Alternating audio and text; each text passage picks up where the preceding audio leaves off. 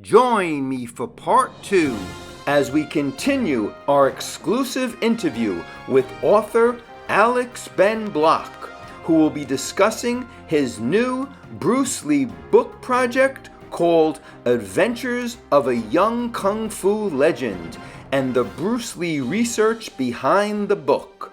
Also, more insights on Bruce Lee and how to enter the Bruce Lee Raffle to win an autographed copy of his classic book, The Legend of Bruce Lee, and the vintage Legend of Bruce Lee companion poster, and much, much more.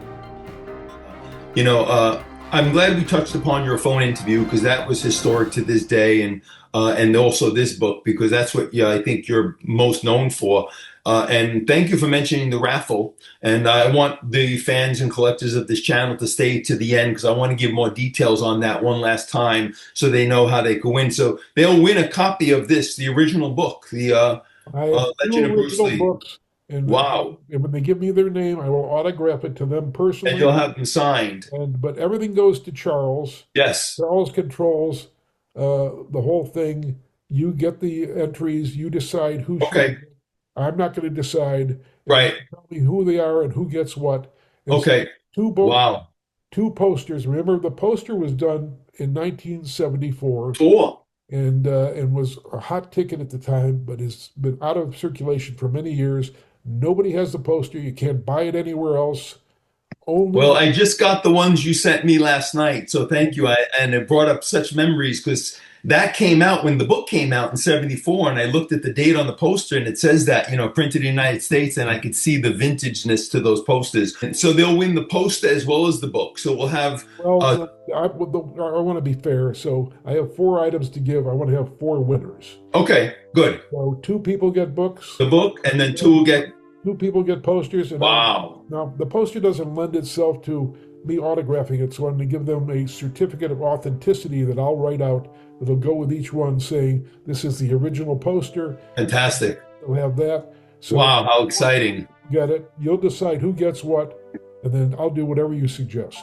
Okay, fantastic. Well, thank you for that, Alex. Now, let's get to the real project here, which you spent the last few years on, which is this book here, which I just got my copy last night. And I'd love to hear the story behind this and how you got involved with this. After 50 years of writing The Legend of Bruce Lee, you came out with The Adventures of a Young Kung Fu Legend who, I know that a few months back, me and you were in conversation and you reached out to me and said, hey, I'm writing a new book. And I was so excited to finally meet you and hear from you because you've been, someone I wanted to meet and talk to for so many years. And then you reach out to me. I guess you found me through my YouTube channel? Yeah. Look, I was interested in the Bruce Lee world. And I'm going to tell you in a minute the kind of backstory because this is a 30-year project for me. Oh, my goodness. So wow. 3 years to write this book.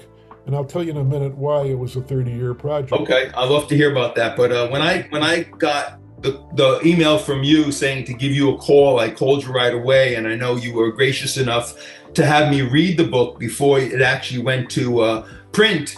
And I read the whole thing. And I have to say, man, when I was reading it, I really couldn't put it down because it paralleled Bruce Lee's life. I mean, the similarities of the things that happened in the book to Bruce Lee's life was so similar. I was like, it made my imagination run wild because I was thinking of a movie of the young Bruce Lee of, his Hong Kong years when he went to school, the boxing, the rooftop fights, his study with Yip Man. I mean, you cover it all in this book and it just captivated me because you never hear about the young years of Bruce Lee. I mean, you hear about him from when he passed and on, but no one has ever written about that. And I know this is a fiction, right? So there's a story behind it, but the story was so captivating. Everyone needs to read this book because the parallel to his real life is so similar that I couldn't put it down at all. So tell me what inspired you to... I'll tell you that, but I would like you, on the back cover of the book is a quote from Charles. Yes. It's not very long. Would you read that for us? And then I'll tell you the whole story. I will, and thank you for putting my quote in here. I really appreciate that. It says over here, author of the best-selling book, The Legend of Bruce Lee Does It Again, giving us an action-packed novel about a kung fu legend in his early years.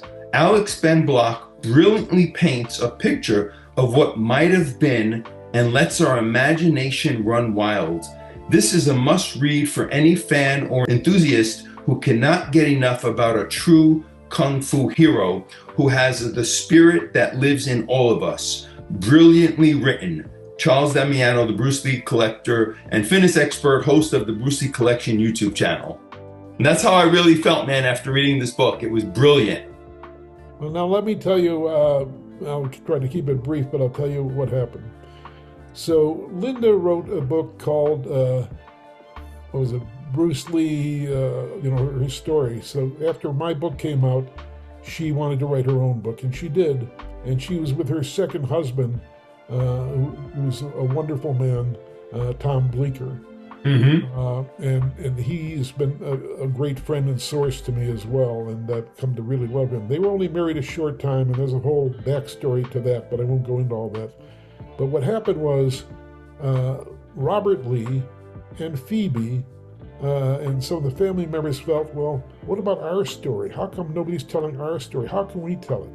Mm-hmm. So Robert and I had become friends, and over one of our dim sum orgies at the NBC seafood restaurant in Mountain Park, he said, well, why don't we write a book together? And so Phoebe and Robert and I got together, and we started working on, should it be a nonfiction book, should it be a fiction book? And so I interviewed them at the time, and we went through a number of different ideas, and over a period of years, partly because of me, partly because of circumstances, those projects never quite came to fruition. But I remained in touch with Robert in particular, and Phoebe to some extent.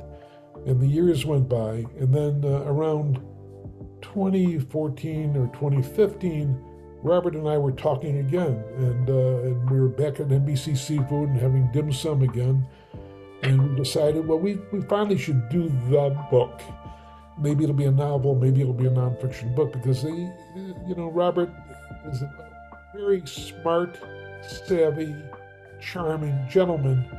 Yes. Kind of an unhappiness at that time about the way he'd been treated by the, I'll call the marital family, Linda Lee and particularly Adrian Marshall, who was a very tough legal guy who cracked the whip on the business for many years, and they were very aggressive about what they did.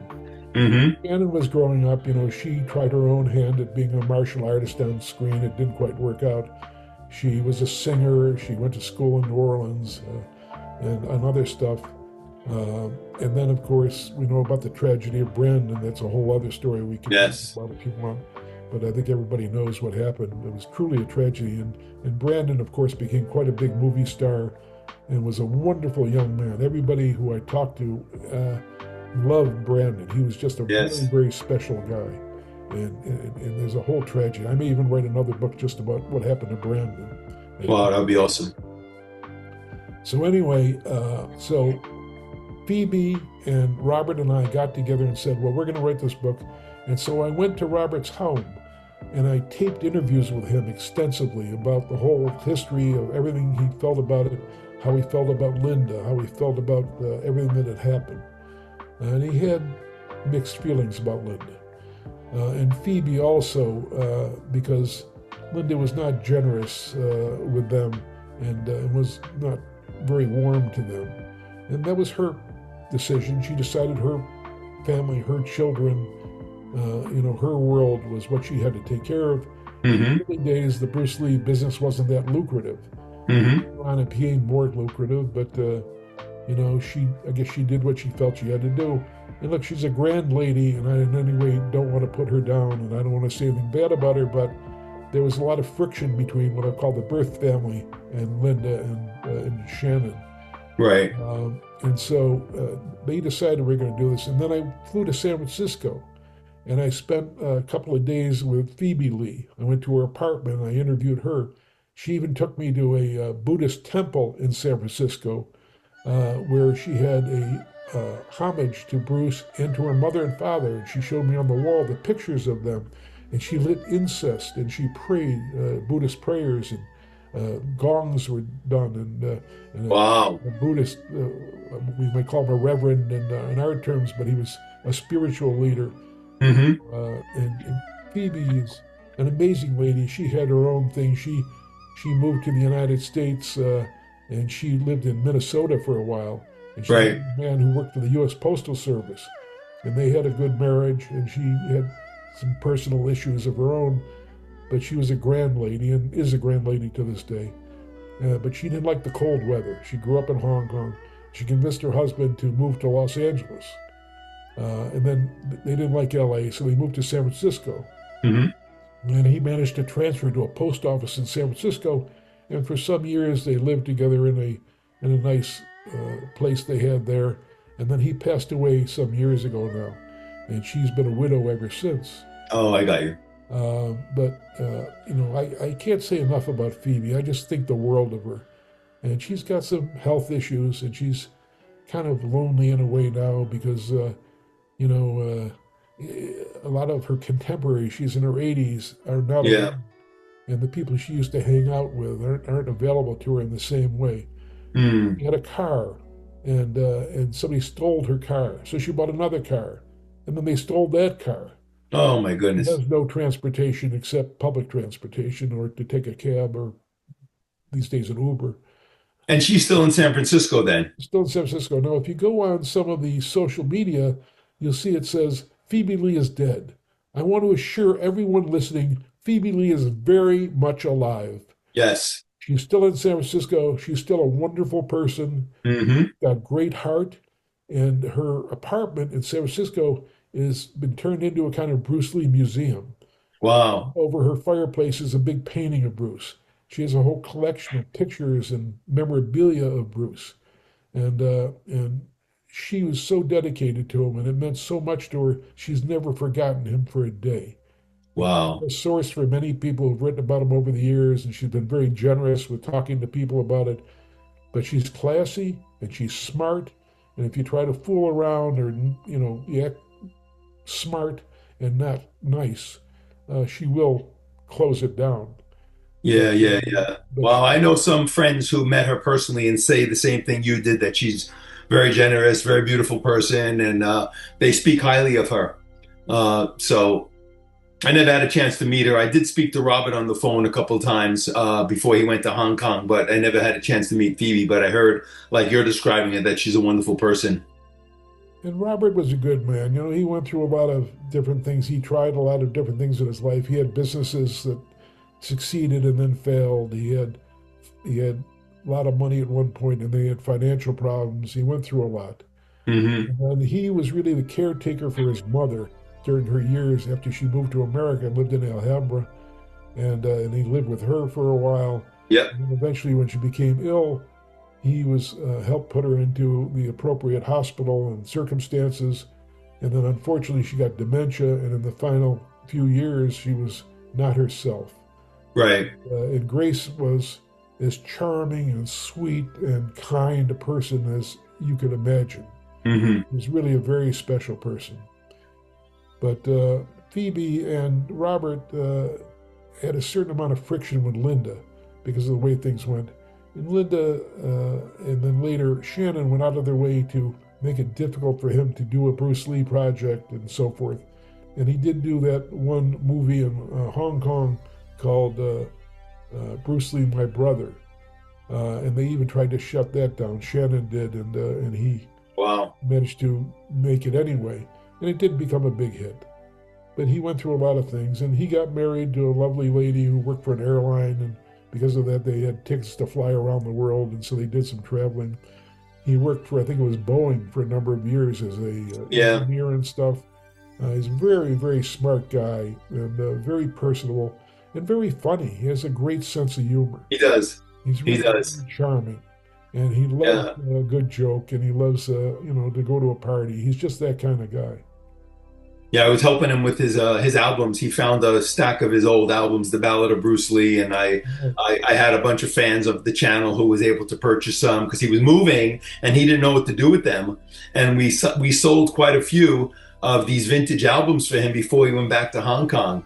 What a great person. Yeah, he really, really wonderful person. But I guess a lot of that friction started when, Shannon, I guess, decided to copyright and put all those copyright laws on her dad's image and name. And, then all of a sudden you've seen a lot less information, and people who were using them on covers, black belt, inside con, all that stopped because she owns the legal rights now to his name and any image associated with him.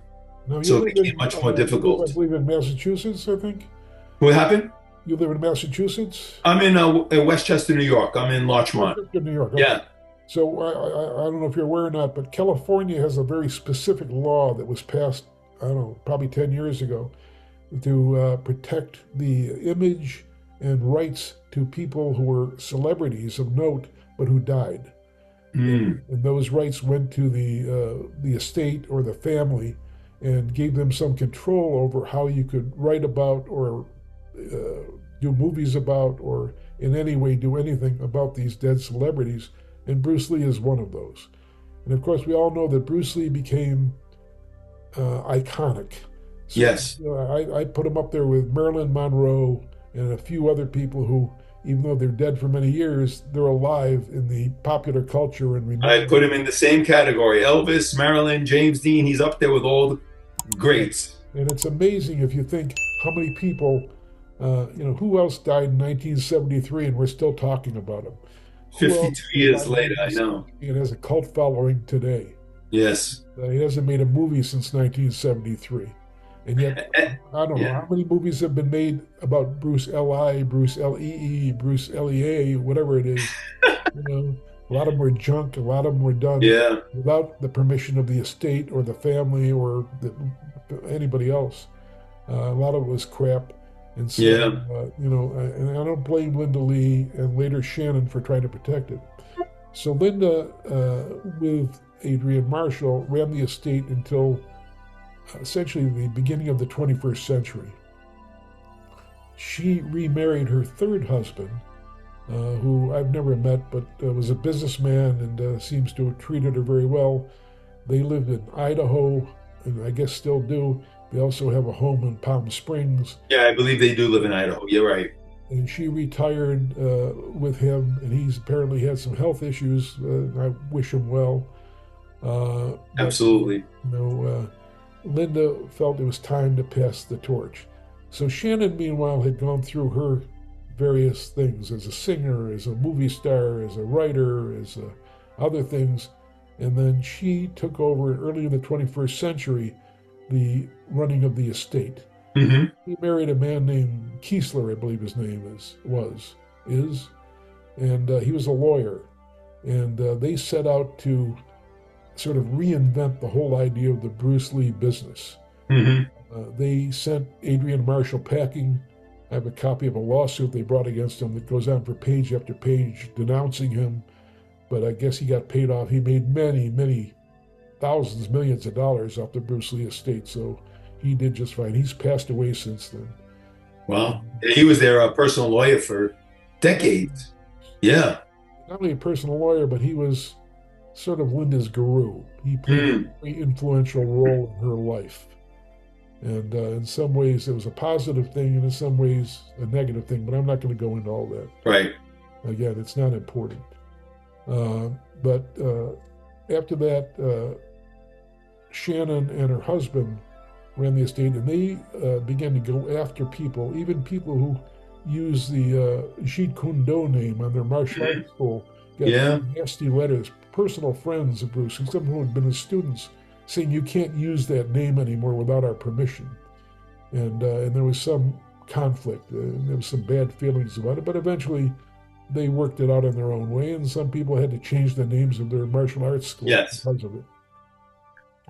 So, but Shannon, and look, I admire much about Shannon. I don't want to say anything bad about her.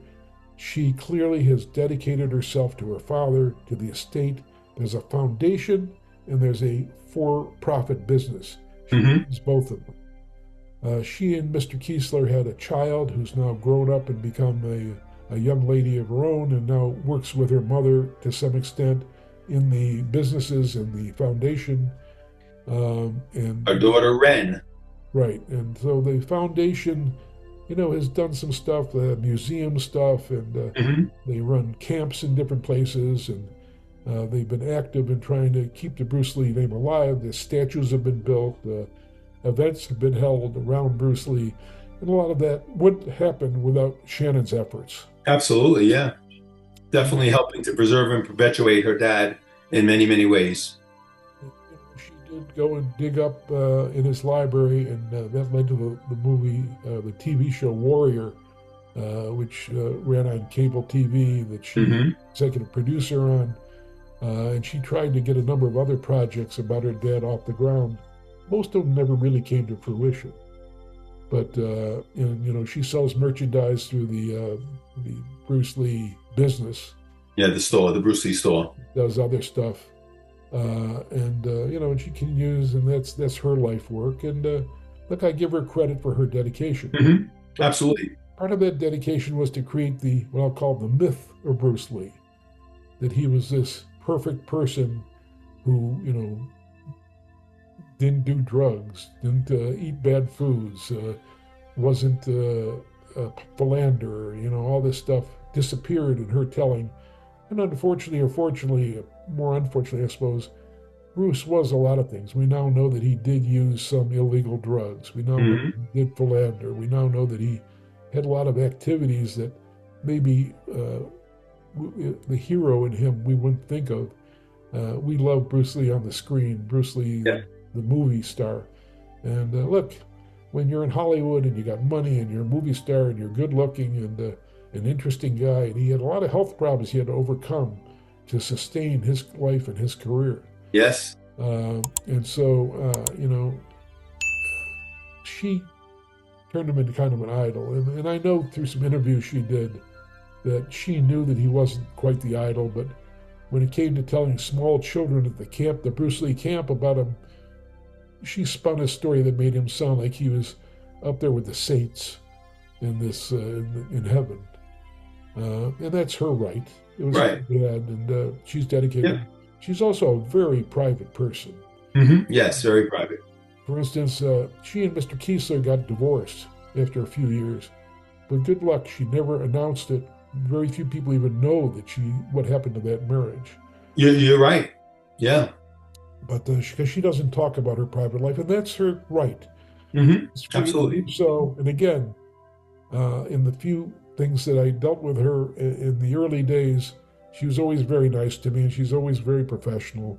And she had her issues with the birth family, but like for instance, when they did a star on the Walk of Fame for Bruce, she didn't invite Robert, but Robert showed up anyway. Oh, When wow. the press found out that Robert was there, they insisted he go sit next to her. And so in the photos, he's in the photos, but it wasn't because she invited him, it's because he showed up anyway. Oh, I didn't know that. Wow. Interesting information. And so, and again, I understand Robert had a very hard time, and it has been through a lot in his life. So anyway, around 2013, 14, 15, Phoebe and Robert and I said, well, let's go back and try one more effort at the book. Okay. I went and interviewed him. I went to see Phoebe. I spent hours and hours taping interviews with Robert. And then at some point in 2015, for their own personal reasons, which I don't need to go into, they decided maybe this wasn't for them. And they said, we're turning the whole thing over to you and goodbye. And that's pretty much the last time Robert ever talked to me. Doesn't return my calls, doesn't want anything to do with me. Oh, Phoebe, on wow. the other hand, and I have maintained a lively friendship, mostly by phone. And she calls me and I call her, and I spoke to her as recently as last week. And I told her, and I just sent her a copy of the book because they were very touchy about this book and they didn't know what it was going to be. And I haven't heard back from her. She's probably just getting it in the mail now. But I hope that she'll appreciate how hard I tried in writing this book over about a 3-year period. Wow. And so originally we were going to do a nonfiction book, then it was going to be a novel. And then when after they decided not to participate, I thought, all right, You well, switched gears. maybe Shannon would like to cooperate with me. So I called Shannon. Now, and I'll tell you the little story here. Shannon had come to me when I was at the Hollywood Reporter in my second tenure there, and through a lawyer who said that Shannon was in a lawsuit with some vendor who was putting out crude Bruce Lee merchandise, and she was suing him. And I wrote a lot about licensed merchandise in Hollywood, and they asked me if I would do a deposition, which I did for them, and apparently it was somewhat helpful. So finally in 2019, I went back to her and I said, well, hi. And I said, remember, I was in the lawsuit. So she took my call and she was sort of friendly. At the end of the call, I said, well, I want to ask you one other thing. I've never understood why quite a lot of money has been made by the Bruce Lee business. And I just wondered why none of it was ever really shared with the Bruce Lee birth family.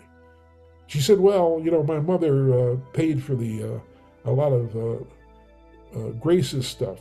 Well, I said, yes, I know that she did make payments to the hospital she was in the last year or two of her life, and that was generous of her. But Robert was cut out of it. Phoebe was cut out of it. None of the other people who would have loved to have shared in some of that, if not the money and the glory, were pretty much cut out of it. And the few times that Phoebe or Robert showed up at events, they were not treated terribly well. And even when Robert was talking about in Hong Kong about being involved in a museum there, when Shannon got involved, Robert's role was diminished. Mm-hmm. So there was not a lot of love between them. And look, again, it was Shannon's right. She's very private. She was very determined to protect the image of her father. She's worked very hard to keep the business going. And she wrote a book of some interest and did other stuff. They did videos and other things, some independent movie stuff. And again, she's very smart, very personable, very dedicated to her role. And I praise her for that. And I say, God bless her. I'm glad that she's there to be the one who's carried on the tradition of her father, and I wish her well. Mm-hmm. But since I said to her, she said to me, that call ended, she abruptly hung up on me.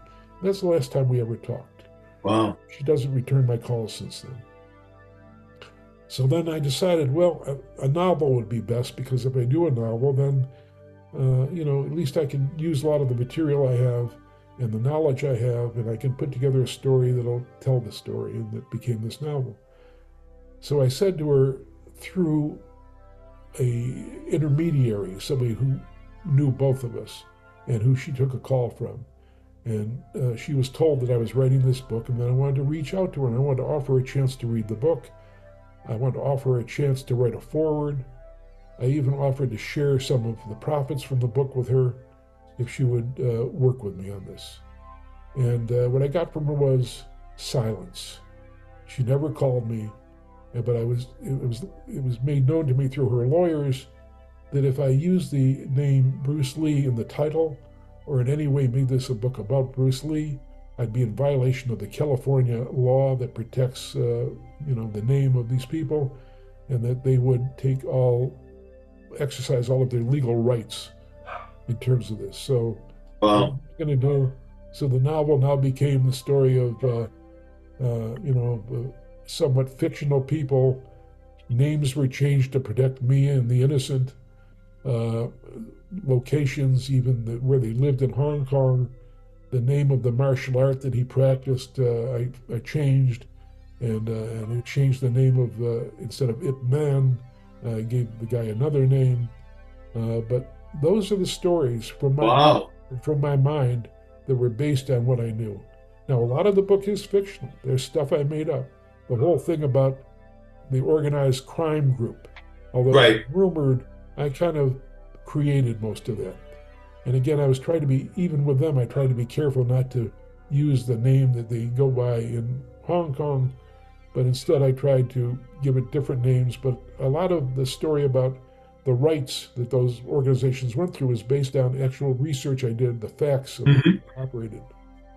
Wow, yeah, but you kept it very interesting, and it really captivated my attention throughout the whole book. And you could see what's fiction and what's nonfiction when you're reading it. And so you had to go back then and rechange everything in the original book, from the names, the addresses, to who they studied with, so that it really didn't come across as anything to do with the life of Bruce Lee, even though it parallels that life still. I like to say it's in the spirit of Bruce Lee. Okay, in the spirit of Bruce Lee. This is not a book about Bruce Lee. It's about the spirit of Bruce Lee. Yes, and that's now captured in the young Kung Fu legend. What's his name in this book? The family name is Chi. Chi Chi. is the name in Chinese for energy. I thought that would be a good name for him. I believe I call him Brandon Chi. There you go. No, it's what's his name? But anyway, it's Chi. Yeah. And Phoebe is now Catherine. All the family members have different names, and Robert has Wow. a different name and stuff. But if you go through the history of the mother and father, the history of how they grew up together is all based on pretty much what I learned in those cases. But I tried to make it fictionalized. Hmm. It was safe. It made them safe. It made Shannon, I guess, safe from her deciding that I was doing something wrong. And I've never heard from her. I don't know what her views is on this. She doesn't talk to me. I'd be Got happy you. to send her a book. If you're watching this, Shannon, and you'd like an autographed book, I'd be happy to send you one. I have nothing There you against go. you. I wish you well, and I hope you have continued success running the estate and protecting the name and image of your father, who was a great man, and you're a grand lady. So I wish you only well. That's great, Alex. But most of the information, a lot of the information anyway, that's in the book, you got originally from Robert Lee and Phoebe Lee, because you really talk about the young Kung Fu legend, which takes place from when the young Kung Fu legend was born till about he was 19, prior to him going to America, right? Which was the whole concept. He got into a street fight. The police came to his parents' house Hmm. to put him in jail. And that's when they decided, he had been born in San Francisco. And if he returned to San Francisco around his 18th birthday, he could have American citizenship as well as Chinese citizenship. Right. So they suddenly decided, after the police visited him, it would be a good idea for him to go back to America at this time. America. And they put him onto a ship and they sent him off to America. And Yeah. I'm actually working on, this is intended to be a 2-volume saga. Oh, wow. Nice. Second book, and the second book is when he goes to San Francisco, and it's much more fictionalized what I'm working on. But it's the story of what happened to him in San Francisco and how he used his skills as a martial artist and as a human being to help a lot of people, and to, in some cases, if you see, there's some loose strings at the end of the book about his cousin disappearing and about his one of his female friends disappearing. Yes. And you Yes. wonder, why did those just disappear? You leave us hanging, Alex, for part 2. That story will be fully explored in part 2, and you'll There see you how go. he, I love it, man. a group of Chinese and friends and some Americans, and how they saved the lives of those people, and how Got they you. changed the whole dynamic of what was going on in San Francisco with the Chinese community. Yes, yes. Wow. Well, you did an amazing job with this book, and thank you for letting us know that there will be hopefully a part 2 on the horizon. So that will be one of your new projects that you'll be working on. But for those of the people now who want to order this, where can they pick this up from now? So it's currently on sale on Amazon Books. You Okay. There's a Kindle audio book that's quite inexpensive. There's the soft cover book, and there's a hardcover book. And it's typically priced for books. The publisher I work with, the company I work with, determined what to charge. So, it is what it is. Got you. But, I hope that people will find value in it and will enjoy the book. And I hope that they'll go on Amazon, whether it's to win a prize through you or otherwise, and share with me their reviews of the book. And decide Yes. if it should get 1 to 5 stars. I hope 5 stars on Amazon, because that will encourage other people to get the book and learn about it. And as much as I hope to make a few dollars on it, it's very important to me to get out the message of who this guy was and what he meant and how many lives Bruce Lee and the kind of guy he was have. Yes. And that's really what I wanted this book to accomplish. Yeah. Well, the spirit of Bruce Lee, like you said, certainly lives through this book. And as you read it, you can actually feel that spirit come out through the book and through the stories that are depicted in this book, both fiction and nonfiction. Because I felt that when I was reading it. And for those who do want to order it, I'll make it easy also, because I want to help promote this also, so we can continue to perpetuate, the spirit of Bruce Lee. I'm going to leave a link right underneath our video, and they could just click on it and it'll take them right to Amazon to order your book. And like you said, if they do, and they leave a 5-star review, I want to make sure we enter them into that raffle. And just review again what they'll win. So they're going to win. You have 2 of these. I'm giving Charles 4 things. 2 will be brand new first edition copies of The Legend of Bruce Lee in mint condition. Wow. And, whoever you choose to get those 2, you give me their name and address, and I will personally autograph the book to them. Woo! At my own expense, mail it to them, and I hope that they enjoy it. And the 2 posters, again, I will put them in tubes and I'll send them to them, and they're in mint condition. Wow. Not available anywhere else. You can't buy them anywhere else. And if you're a collector, it's something that you probably are going to want in your collection, and I hope Absolutely. you appreciate that. And I'm not selling the posters. I'm only selling the book. And the poster's only available at this point through Charles and through this raffle. And nice. And I hope that all of you will praise Charles for what he's accomplished and how he's kept the name and aura and all that Bruce Lee has meant to people alive in a way that has opened it up to many, many people. And Bruce Lee, look, he's been dead for a lot of years, but he is iconic.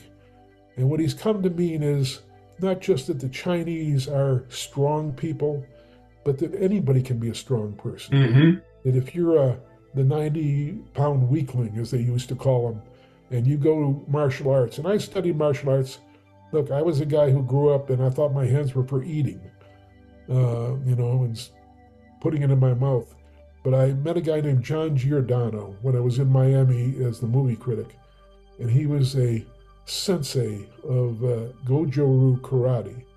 And not only that, I went and I trained with him.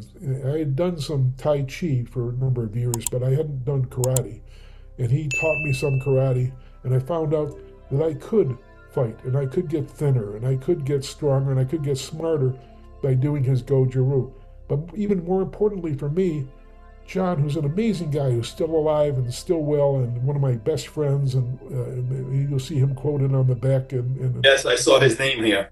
He's now a doctor because he has a PhD, and he runs a clinic where he's helped a lot of addicts and stuff over the years, and he's done amazing work. He travels all over the world, helping people in so many ways. John Giordano, who lives in Florida, is just one of the great people in my life and in this world. And I praise him so much for all he's accomplished and all he's done. But he was the first one who taught me that martial arts can be not just a fighting art, but what makes martial arts special to me, and what he taught me, what I hope everybody in it understands is, this is not boxing.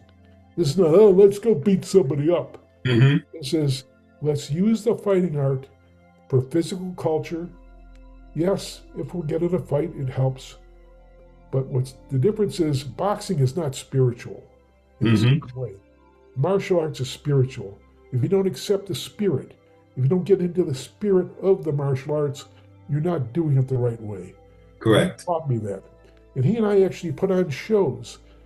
He had a thing that he used to do in those days where he'd put on his gi, his outfit, and he had a goatee and a kind of very fierce look, and he would take this giant sword, a saber, and he would have one of his students would lay across 2 chairs, and they would put a melon on his stomach, and John would be blindfolded, and he would do, break the melon on his stomach. So I've seen those kind of demonstrations. We took that as a centerpiece, and we worked with a modern ballet company in Miami, and they put a whole dance program around it. And we put on shows in theaters in Miami for a little while where we combined John and his act with the modern dance company's version of the martial arts. Yes, yes. And we got a lot of nice recognition for it. We weren't able Oh, to, that's fantastic. but it was part of sending the message that this isn't physical alone. This is Hmm. so cultural and it's also spiritual. Yep. And people need to understand how important that spiritual element is.